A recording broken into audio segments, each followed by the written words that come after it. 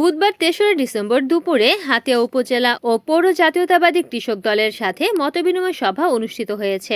সভায় প্রধান অতিথি হিসেবে বক্তব্য রাখেন বিএনপির কেন্দ্রীয় সাংগঠনিক সম্পাদক ও নোয়াখালী ৬ আসনে ধানের শীষের প্রার্থী মাহবুবুর রহমান শামীম। সভায় কৃষক দলের হাতিয়া উপজেলা আহ্বায়ক আব্দুর রাবের সভাপতিত্বে এবং সদস্য সচিব নুরুল ইসলাম হকের সঞ্চালনায় বক্তব্য রাখেন উপজেলা বিএনপির সাবেক সহ-সভাপতি মাসুদুর রহমান বাবর, যুগ্ম সাধারণ সম্পাদক লুৎফুল্লাহিল মাজিদ নিশান, জেলা কৃষক দলের যুগ্ম আহ্বায়ক অ্যাডভোকেট মোসলে উদ্দিন, উপজেলা কৃষক দলের যুগ্ম আহ্বায়ক তসলিম উদ্দিন প্রমুখ। বক্তারা বেগম খালেদা জিয়ার রোগ মুক্তিতে সকলের কাছে দোয়া চান।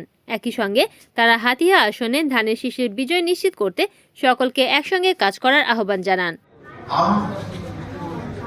গত ১৬-১৭ বছরে চাইলে কি নদী ভাঙন রোধ করা যেত না?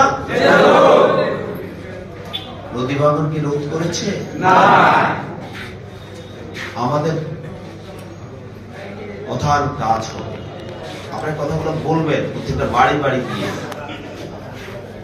আমি তো মনে করি আগামী দিনের সরকার হবে বিএনপির সরকার, কারণ বাংলাদেশের জনগণ বিএনপির পক্ষে, হাতিয়ার জনগণ বিএনপির পক্ষে। আমাদের হাতিয়া জনগণ বিএনপিকে ভোট দেওয়ার জন্য উন্মুখ হয়ে আছে। বাংলাদেশের জনগণ বিএনপিকে ভোট দেওয়ার জন্য উন্মুখ হয়ে আছে। তাহলে কি দাঁড়ায়? আমি যে সরকার হবে বিএনপির সরকার। তাহলে আমি তো মনে করি আপনারা আগামী দিনে ইনশাআল্লাহ আপনারা যদি কাজ করেন, আমি নির্বাচিত হব, ধানের শীষেই নির্বাচিত হবে। ধানের শীষ নির্বাচিত হলে, অর্থাৎ আমি নির্বাচিত হব, আমি নির্বাচিত হলে আমার সরকার গঠন করলে আমার প্রথম এবং প্রধান কাজ হবে নদী ভাঙা রোধ করা।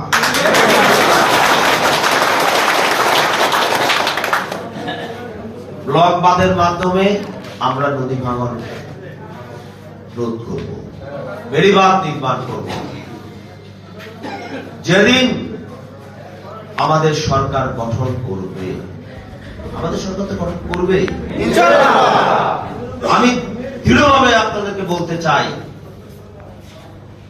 আমাদের হাতিয়ার 1 ইঞ্চি মাটিও আমরা ভাঙতে দেব না।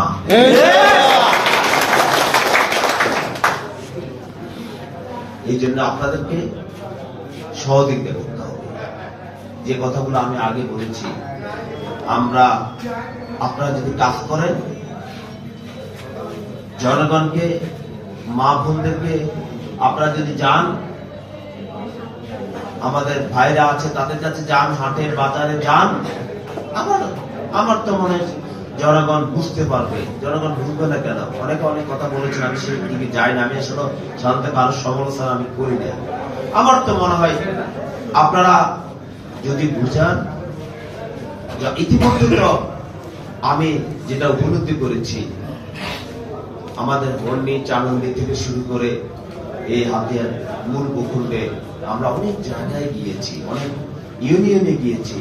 আমরা যে জনতার স্রোত দেখেছি, জনগণ যে স্বতঃস্ফূর্তভাবে এগিয়ে এসেছে, আমার তো মনে হয় আমি যে কথা আগে বলেছি এখনো বলতেছি যে ইনশাআল্লাহ ধানের শীষ আমাদের হাতিয়াতে বিজয় লাভ করবে।